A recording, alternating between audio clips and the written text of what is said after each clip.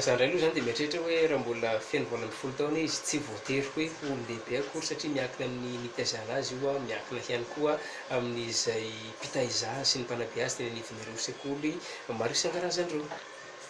Ahoana manokana dia aleo feno raika amby roapolo taona mihitsy vao omena fahafahana sy fahalalana tanteraka ny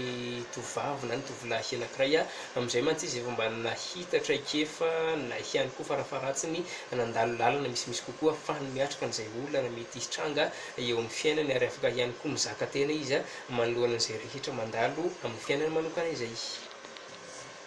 Araka ny henoko sy ny fantatra aloha zany, araka nambaran'zareo manam-pahaizana dia eo amin'ny faha 24 taona eo ny tovovavy anankiray no tokony hiroso amin'ny setry ny fanambadiana, amin'ny setry ny tokantrano ihany koa, satria amin'izay izy no efa atao hoe volo-saina, vonona ihany koa ny vatana rehetra hiatrika an'izany atao hoe fanambadiana izany a, ny saina ny fo mampanahy rehetra satria tsy moramora ny ao a, misy olana maro isan-karazany ao a, dia izay no antony mahatonga ny zareo manam-pahaizana ary mafisiko eto ihany koa ilay izy hoe any amin'ny faha 24 taona no tokony hiroso amin'ny fanambadiana ny vehivavy anankiray.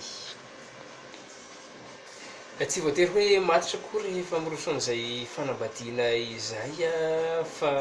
ny ao anatin'ny fanambadiana no mahatonga anao ho lasa matitra kokoa manoloana n'ireo olana rehetra izay diavinao a, ny fahasambarana izay ilomanosanao ihany koa satria misy havanao a, misy fitantananao a, misy vady ao a, misy zanaka ao a, misy fitadiavanao a, zany hoe maro ny zavatra rehetra sy maintsy sedraina rehefa miroso an'izay setry ny fanambadiana izay, dia tsy voatery hoe matitra tanteraka rehefa tafiditra foa miankina amin'ny tsirairay ihany a no anton'izay rehetra izay.